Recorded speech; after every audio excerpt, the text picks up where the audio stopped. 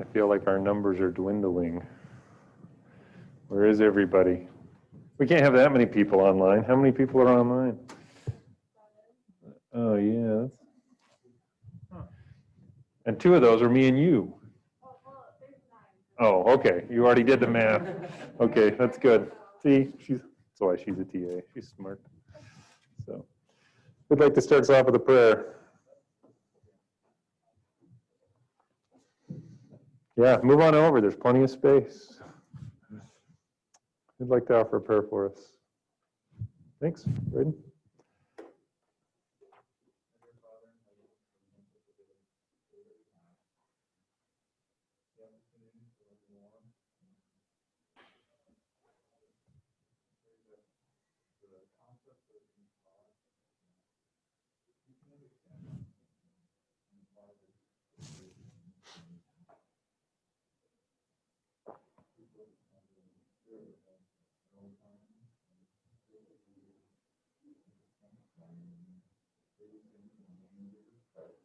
Amen. Thank you. Yeah, I am actually surprised we're still in. If you would have asked me 6 weeks ago, would we still be in class this late in the semester, I would have said no. But I'm so glad that we still get to be together. So this is very nice. Probably a lot of you have online or virtual classes, right? Which do you prefer? Depends. So a lot of you are saying in class. It does, I mean, a lot of you, yeah, saying you prefer in class. It does require a lot more, it does put a lot more responsibility of learning on the student when you're doing things virtually, right? It's just a lot easier to be distracted, a lot easier to be doing other stuff. So easier to not be engaged, but glad we're here. Okay, take a few minutes to work on these problems that are up here, then we'll dive in. Also, I'm going to ask if you have any questions about eigenvalues or eigenvectors.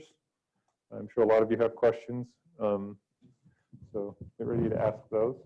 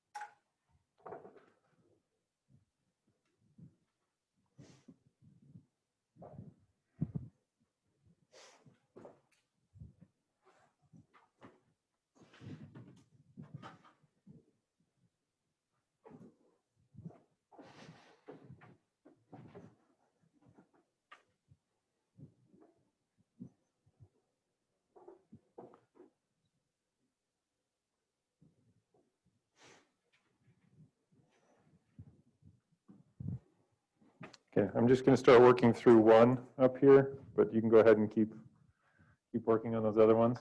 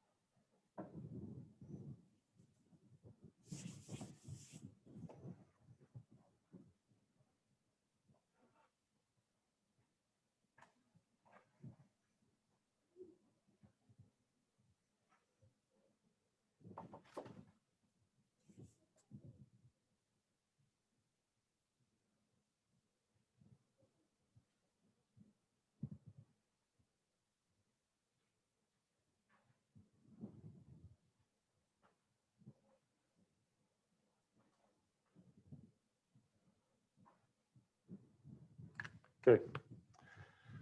Start talking through this. Mic on? Yep. Okay.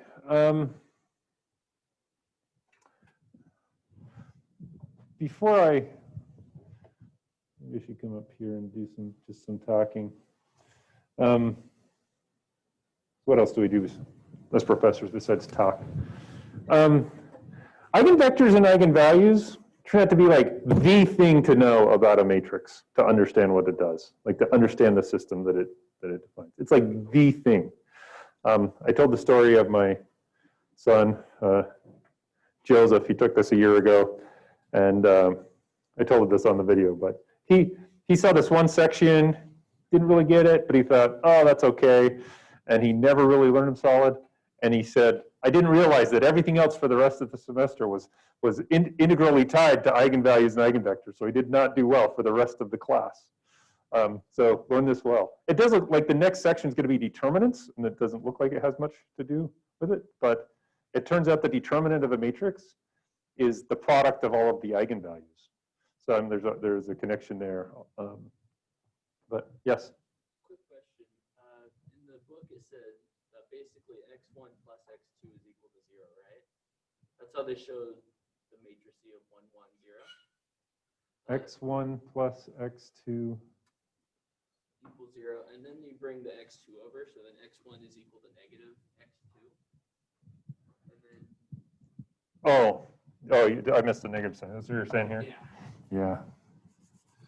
I got ahead of myself because this is a matrix. This is one. It's just it's just the one associated with the other value. So thanks. Yeah, it's my bad. Yeah, so they tell you a whole bunch of things, and some of these are going to look familiar. They're going to look familiar because we talked about them with bases. Like what good is a basis? Well, it turns out the eigenvectors turn out to be mostly the nicest basis you can find to define a system. They're nice in lots of ways. They make it so you can do things quickly with computations. They make it so the eigenvectors associated with the largest eigenvalues give you most of all the information that you need in the system. So you can just work with that, and it helps you to understand what's going on in general. And you can use that idea for reduction and compression. So, like we talked about JPEG compression, they pick one basis and they apply that to all of these. But it turns out if you take a particular picture, then you can use eigenvalues on a particular matrix, and you can find the particular vectors that a particular basis that works the best for that particular picture. And so you can with the same amount of information you get for the JPEG, you can with the same quality you could get with the JPEG compression, you could get that same quality with a lot less information. I think the last lab in 215, you do that with something called the spectral value decomposition. Data clustering, stock portfolio analysis, all of these use eigenvalues to understand what's going on. It can give you a natural basis to reduce computational complexity. One of the easiest ways to use this, we might even get to this today, is to decompose a matrix and make it easy to take it to a high power. Really easy to a high power. Machine learning algorithms, they all use, a lot of those use these. Matrix decomposition for various things use eigenvalues and eigenvectors. And then the eigenvalues and eigenvectors point towards fundamental features of a system. So if you're doing dynamical systems, things that are changing over time, like our fox and rabbit situation, that they tell you a lot about the system, like you know what the eigenvalues and eigenvectors are. I just started Googling or web searching whatever it's called, eigenvalues and I just pick a topic. And so I did one with like eigenvalues and music. And the first thing that comes up was this analysis of musical instruments and about how the eigenvalues tell you about the fundamental frequencies that resonates at and the decay rate of those frequencies. And so with those few pieces of information, you can analyze the tonal quality, but also more easily reproduce it with a computer. Analyzing and, I did that one. Network analysis. I have an image. You record networks of people or places or whatever. You do that in a matrix, and then the eigenvalues, the eigenvectors, the eigenvectors associated with the largest eigenvalues point to who's the most important person in the network, like who's connected the most with other people. I want to do that in class, but I don't have data. Like I would love to know who, for each one of you, who else do you know in this class, and then we could apply eigenvectors to see like who has the most connections. So, and corner detection of images. That was something else that came up when I was looking at AI stuff. So,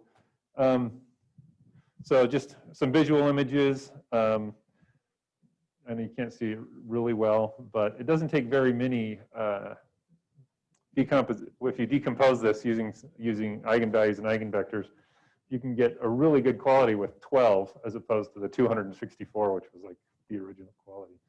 Like it takes very little information and you still get out a lot of that same quality. Decomposition of, if you have data that's correlated, you can find a more natural basis and reduce that to one variable. Clustering. Are there clustering algorithms when you've got data? So this might be an example of if you've got data about cities in the United States, which cities tend to be the most alike, perhaps culturally, or if you're trying to market a product. So these tend to be the areas that tend to be closest. I don't know what this particular one did, but this is an example of the kind of results you can get if you do networking. So this was this looked at what people did when they came to a particular site.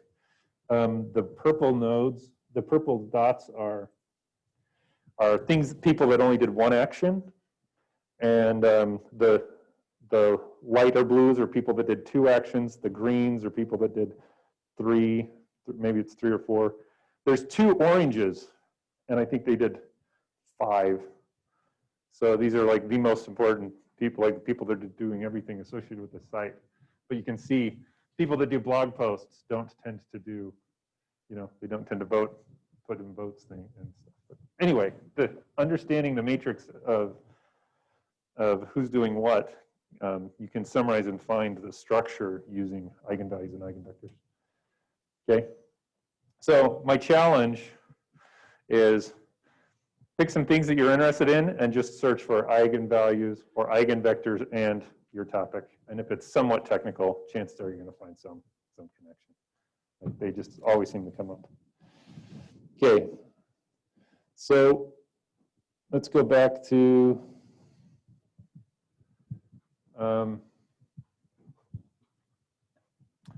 this problem. So the strategy we learned, because we want, if we have a vector that we multiply a by, and that's the same as just scaling that vector by a scalar, then this is an eigenvector, and lambda, that constant, is an eigenvalue. And if you do the algebra, you pull them to the same side, rewrite lambda x as lambda ix, then you find that ax, a minus lambda ix, lambda I times x, that has to equal 0. And so to solve for lambda, we're going to use the idea of the determinant. We know that a determinant, a matrix times x will equal 0. We'll have a non-trivial solution only if the determinant of that matrix is 0. So that's the fact that we use to help us solve this. So I set up my matrix minus lambda I. I get this. Usually we just jump right to here, but I just wanted to write this structure out. So you can subtract lambdas down the diagonal and then start finding the determinant. If we do straight lines on the side, that means to take the determinant of the matrix. Okay. So multiply AB, subtract CD, do that, factor down, or get this. We have to figure out. This is the hard part. What kind of how can I get a product of 3/4 that adds up to a -2 and a -1/2 and 3/2? So lambda is 1/2 and 3/2. Okay, so these are my lambda values. At least there's 2 lambda values. Could I have another one? Could I miss 1 or 2 or 3? Some people are shaking their head. A lot of people are just staring. So I got these 2, but could I have missed 1? Could there be some others? How would I know there? So there aren't any more. How would I know that there couldn't be any more? Yes?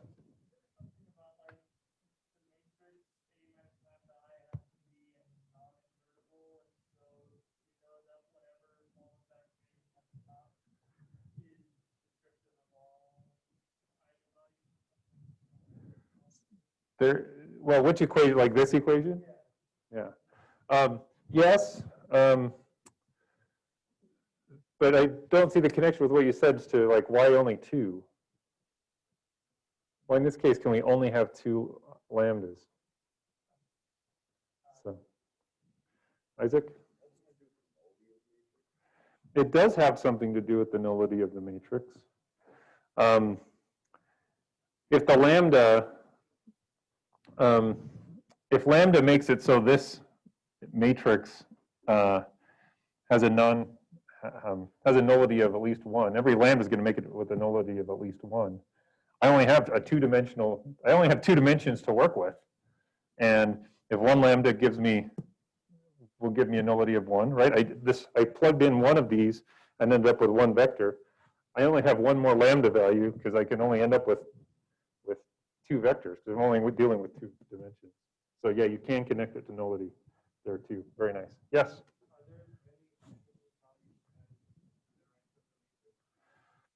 Yes. So, well, not the rank. It's just the number of columns.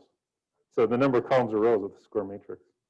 So the rank could actually be, this rank could be 1, and we could still find two eigenvalues. One of them would be 0, but we'd still find 2. Another way to see that is when you start taking this determinant, you end up with a polynomial that's of degree 2. And so what's the number of solutions you can have here is 2. That's the most you could have. Yes?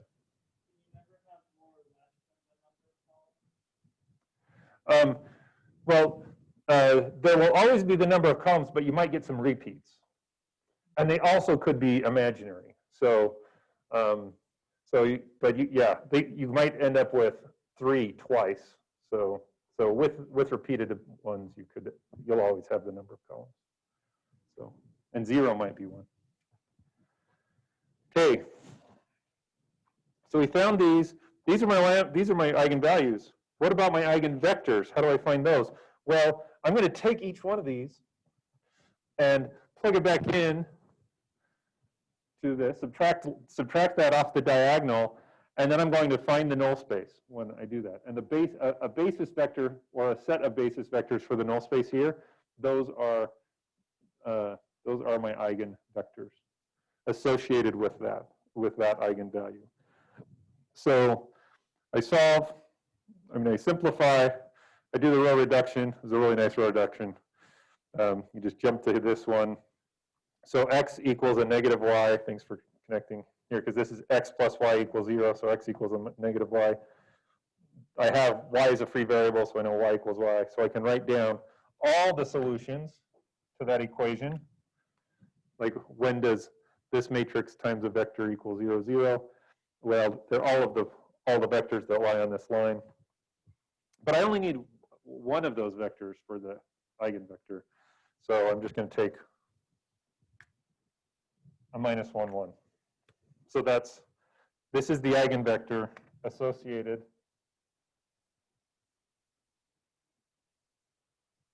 with lambda equals a half. Okay? So I have a value, and it's associated with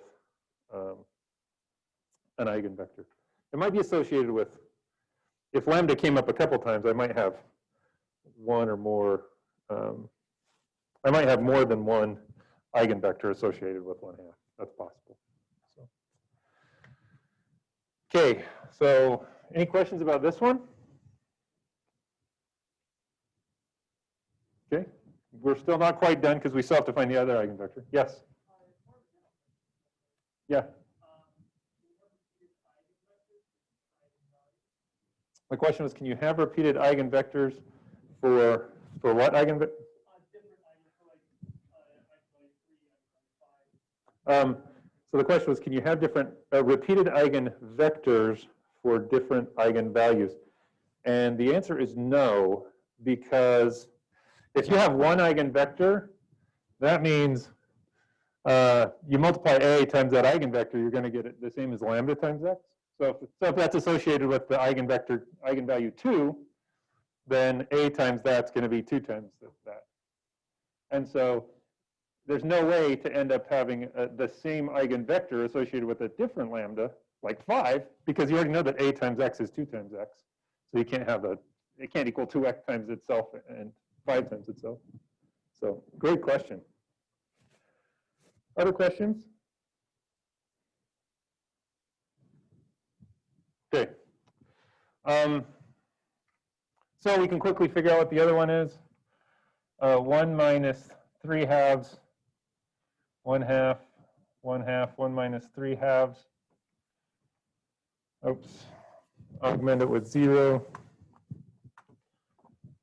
And so what's the null space of this matrix?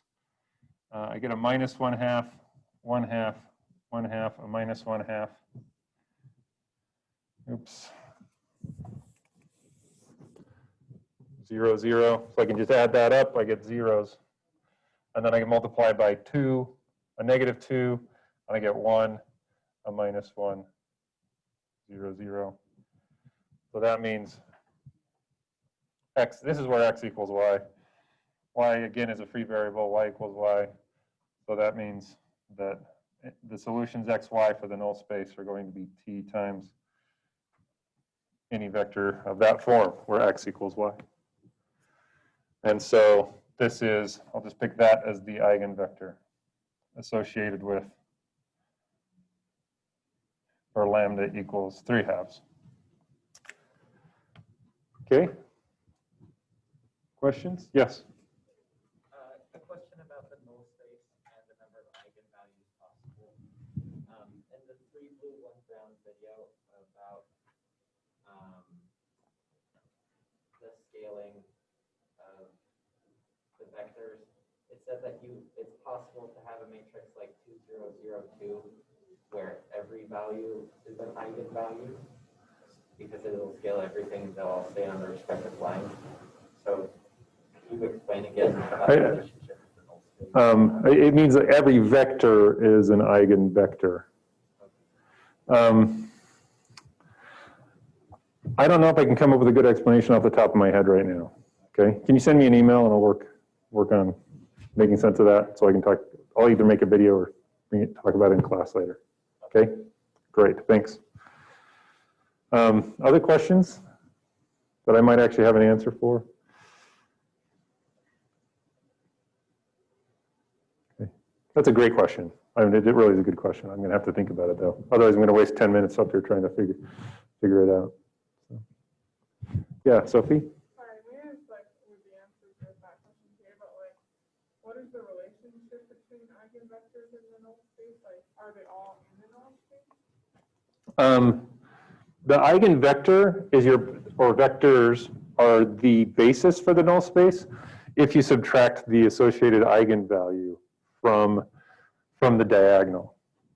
So, so right now, the null space of this matrix is just the 0 vector. This is invertible, okay?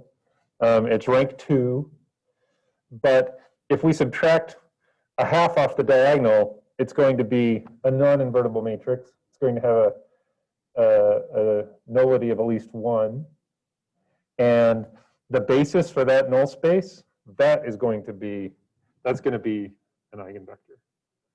But then we can subtract the other eigenvalue from there, and that's going to give us a different null space. And the basis for that null space is going to be the other eigenvector. So you kind of like, you take a full, you take, you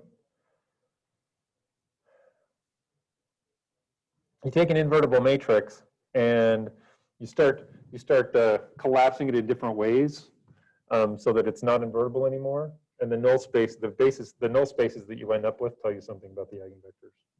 So that's not very insightful, but it's one way of thinking about it. Sorry. Other questions?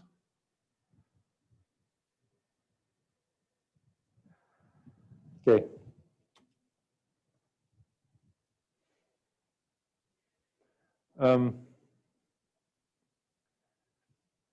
We worked on a particular example here where it's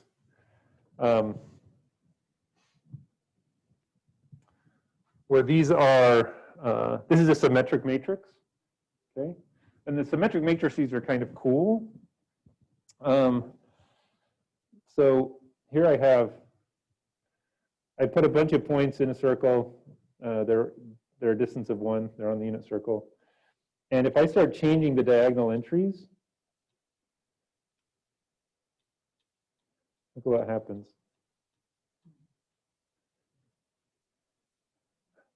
I'm going to end up with a problem when I hit 1. Why am I going to end up with a problem when all the values are 1? It's going to be non-invertible. I no longer have a 2-dimensional transformation. I'm down to 1. But what are the, this was our matrix right here, 1, 5, 5, 1. One of our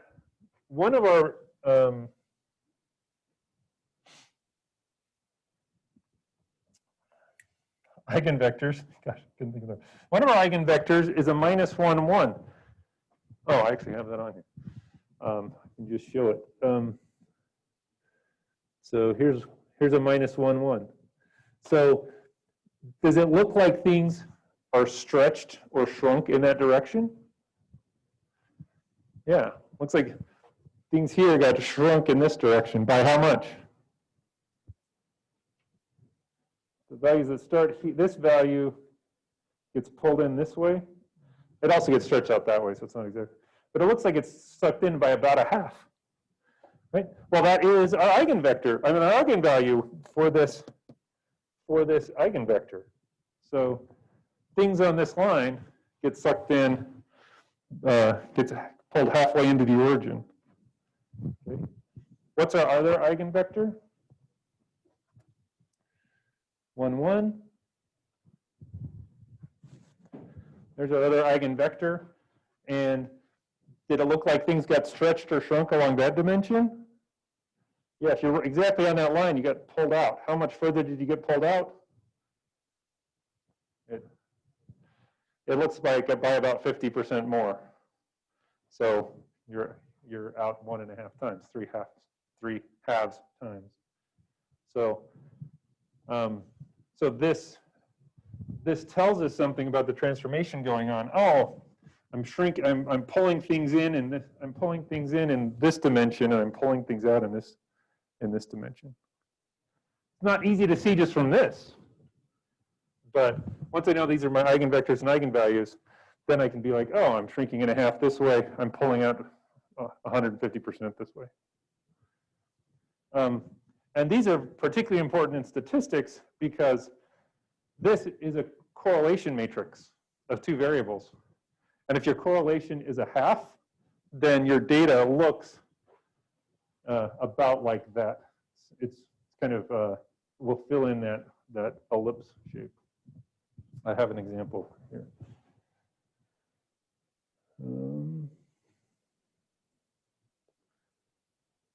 Okay, so here's, that top line is right from Wikipedia. When you look up correlation, it shows you some different values, different correlations and what the data might look like.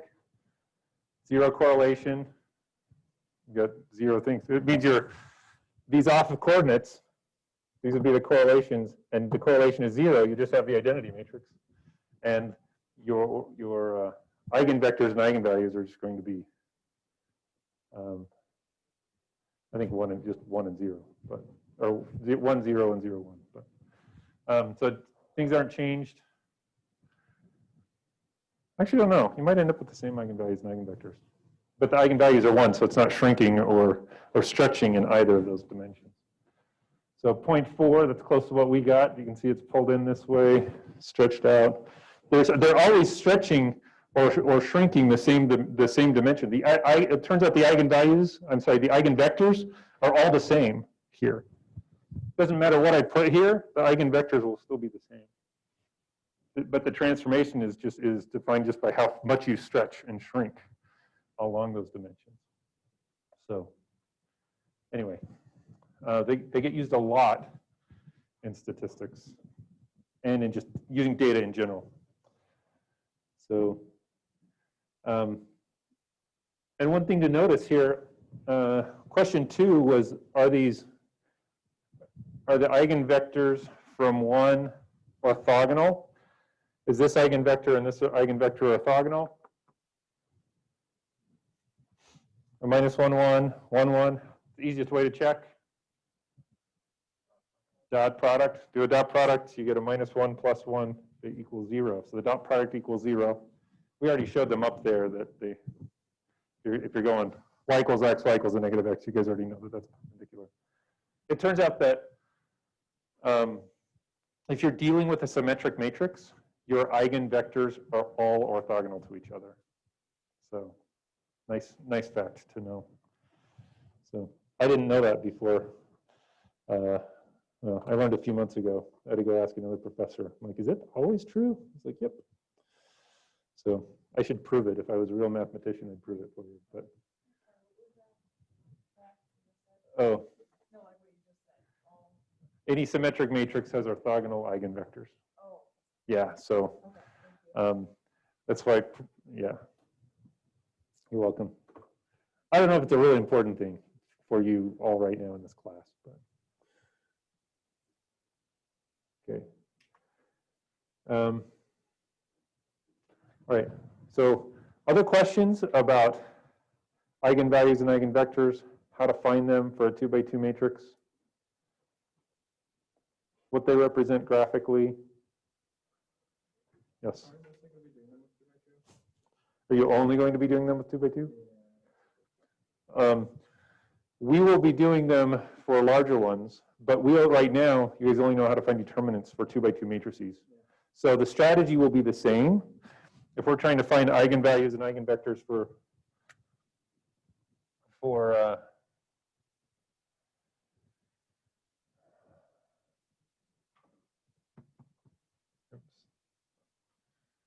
5, 6, 7, 8, 9. There. So you would still set this up you'd set up the same thing for a 3x3. You can subtract lambda times I, which turns out to just be this. We just don't know how to find the determinant of this. But you will before the next class, because you'll watch videos on it and read the section. So yes.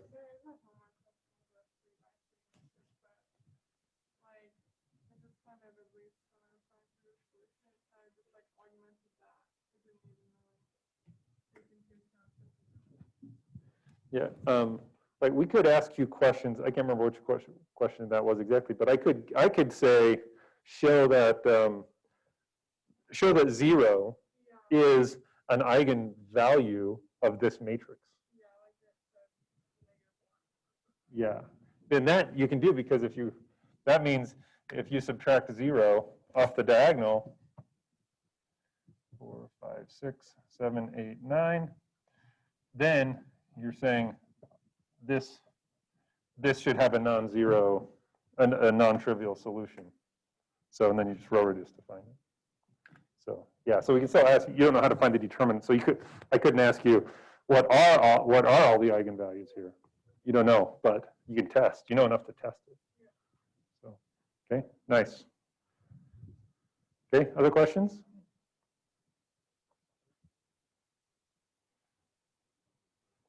Do you want to do a harder example? I mean, I have something else I want to. I'm happy to do, but it's kind of jumping ahead a little bit. So, okay. The thing is, you usually don't want to just pick problems. Oh, wait, well, let's actually talk about.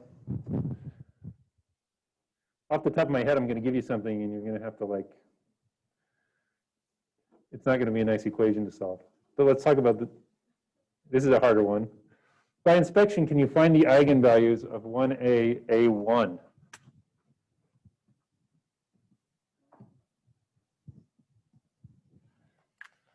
So by inspection means you're just looking at it. You're not sitting down. You're not going to start solving equations. So think about this for a second. How would you start thinking about this problem in your head?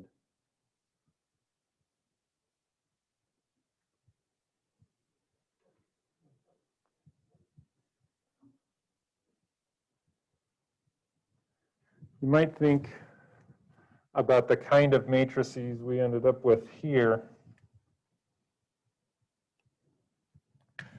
after we subtracted our eigenvalues. Just think about that for a minute.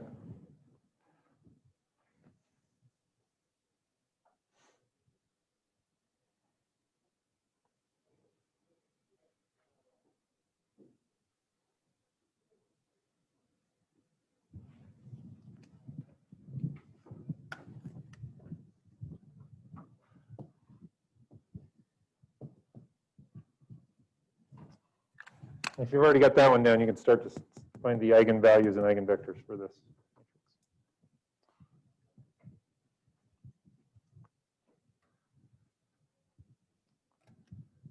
Okay, so someone don't tell me what the eigenvalues are, but tell me the strategy that you use that you might help find them. Andrew? So we want the ending matrix to have the sum of from that list of examples. He said we want to get into one of these forms. Why one of these forms? Because the null space will have an eigenvector. Yeah. So these are linearly dependent. These are linearly dependent. We know that if we want to have a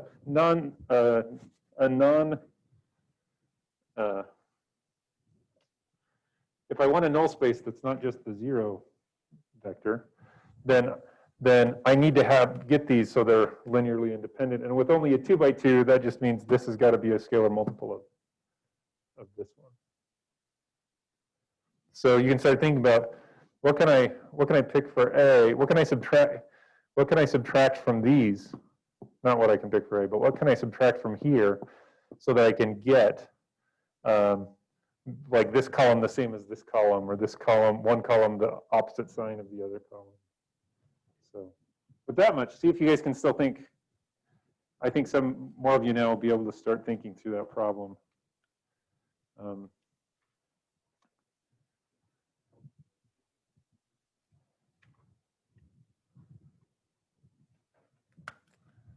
What can you subtract from each of these to make it so that the columns or rows are linearly dependent? Which for two vectors means that one's a scalar multiple of the other.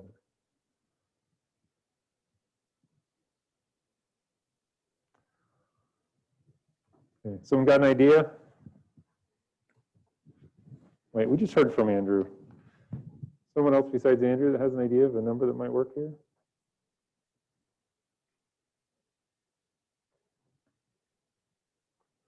What's the first number that you think might work? Oh, I was thinking you'd say A, but like, You might try A first, but yeah, but you're ahead of the game. So 1 plus A. What happens if we try 1 plus A?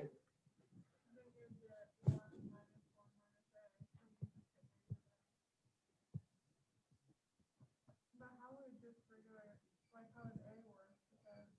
Because 1 minus A isn't necessarily a scale multiple. Yeah, A doesn't work, but that'd be like the first thing I'd try. So, yeah.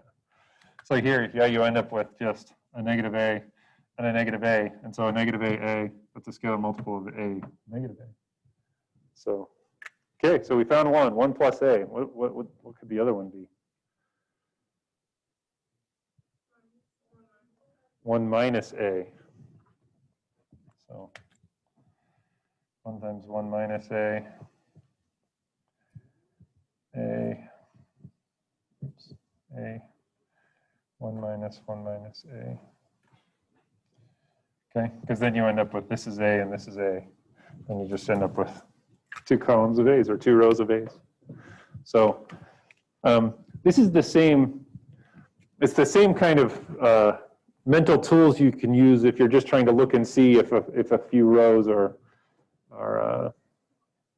linearly dependent or linearly independent. So, okay. All right, how about, go ahead and start working through this one. I'll start working through it on the board. Okay. Oh, yes, question in the back. So you were saying that unless, or that if a matrix has linearly dependent rows, then it has eigenvalues, eigenvectors, or? Like initially, or like or in trying to find an eigenvalue? Well, we were trying to find if the rows are linearly dependent, right? Yeah, right here with this problem, I'm trying to find the lambda that I can subtract. Right, I'm trying to find something I can subtract from the diagonal to make the rows linear, the rows or columns linearly dependent. Because then I have a null space that has, dimension more than 0. Right, then I have a nullity of something larger than 0, and that's what I need for an eigenvector. So I need, or for an eigenvalue, I need to subtract something where I can get a non-trivial solution to something times x equals 0. So yeah, so I need a null space that's not just the trivial solution there. Okay. So go ahead and work on these. I'll start working through this in the board. See if you can find the eigenvalues and eigenvectors.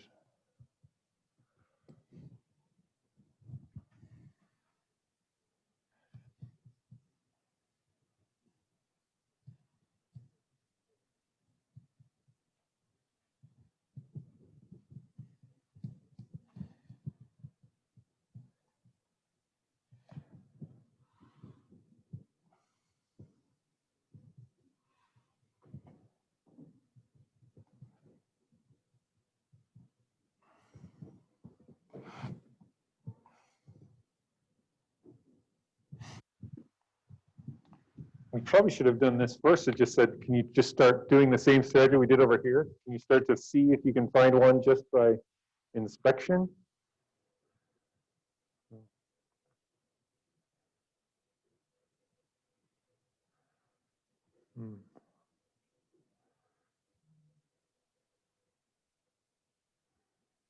I can't see one right off the top of my head, so that's why we do the math. The -1. So you're saying subtract 1? Okay, so minus the minus lambda. Then I will add 1 here, and I'll add 1 here. So you get 2s and 3s. Nice.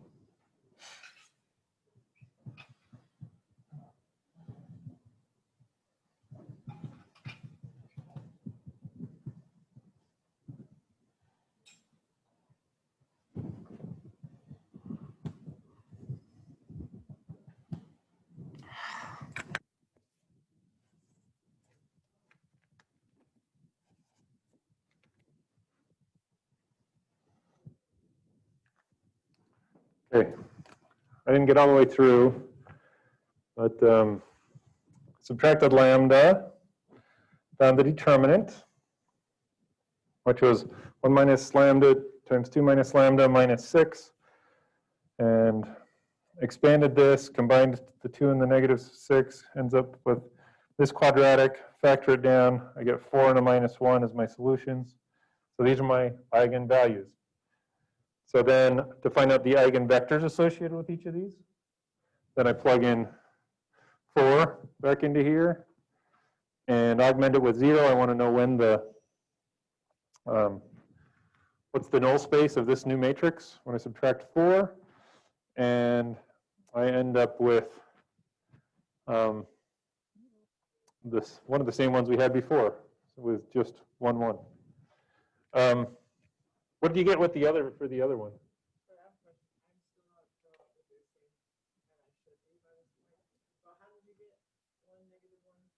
Oh, so I see that these are the same. I don't even think, I just know, oh, I can just eliminate these by multiplying. I mean, I see that this is a linear combination of this one. So I just think, oh, I know there's something I can multiply by that row and add it to this row and get them to 0. So I just wrote down the zeros. And then I multiplied this by a negative 1/3. And this turns out to be, and then this makes it a minus 1, and that stays 0. Did that make sense? Yes. Yeah. So if I multiply if I multiply this one by 2/3 and add it to this one, this gets 0. 2/3 here, add it here, 0. So. But I didn't even think about that. I just like, oh no, that row is going to be, they're multiples of each other. I'm not even thinking about what multiple it is. I just know I'm going to be able to get a row of zeros at the bottom. Okay. Grant? Do you have to do it with respect to y, or could you do it with respect to x? Like when you solve for the e-back? I'd assume you can. I'm just You said you assume you can or can't? can. Yeah, you can. You could end up with if you solved for y, you just get y equals x and then x equals x. And you still get the same vector. So, yep. Okay. Did someone do the other one? If you plug in a -1 into this equation, like into this matrix, row reduce, what do you end up with?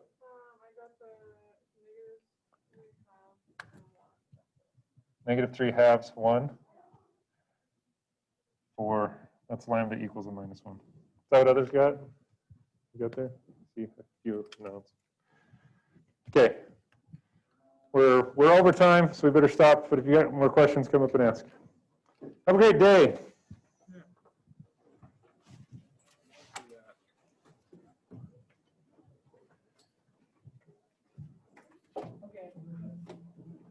Oh. No, you're good. Yes. So I don't like, I understand all this part perfectly. The parts that I have a hard time with is just like the end, like reducing and everything. Like I get confused.